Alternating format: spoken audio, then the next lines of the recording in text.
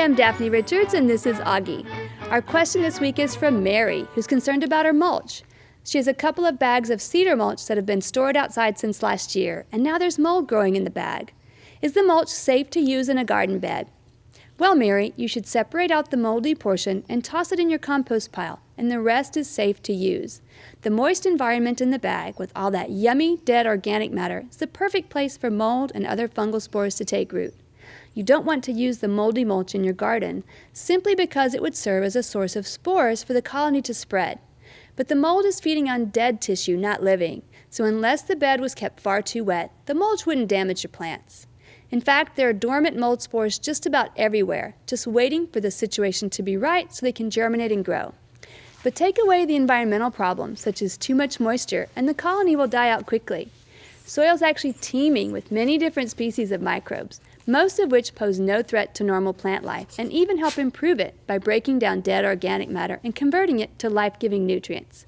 So when you toss the moldy mulch into your compost pile, other microbes get involved in the process and continue the job of breaking those wood chips down into smaller and smaller pieces until you have rich, humic compost to add back to your soil. So Mary, if you find that the mold is widespread throughout the bag, or if you just want to err on the side of caution, you should simply put the whole bag into your compost pile and let nature run its course. To continue with our edible theme, this week's plant is okra, which is a fabulous plant for Central Texas gardens.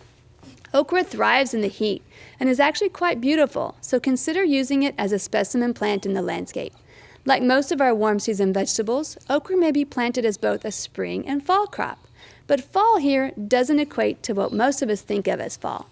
Here in Central Texas, we must plant our fall gardens in late July or August, since you'll need to plant in summer in order to reap a harvest in the fall.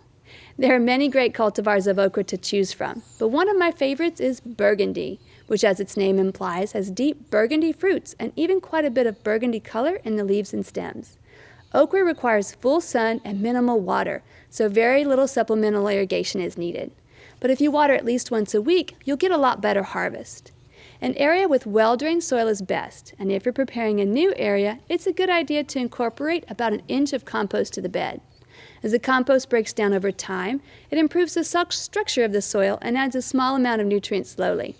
Okra will also benefit from a little fertilizer, which you can add after the first harvest to ensure that the plant has plenty of nutrients to produce more fruit.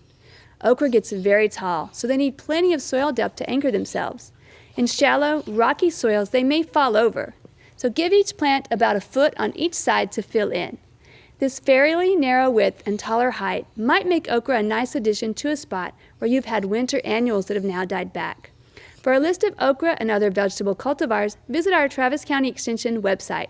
And if you'd like to learn more about fall vegetable garden, consider signing up for a class on August 8th.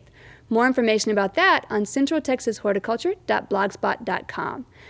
We'd love to hear from you, so please visit klru.org/ctg to send us your questions and plants of the week.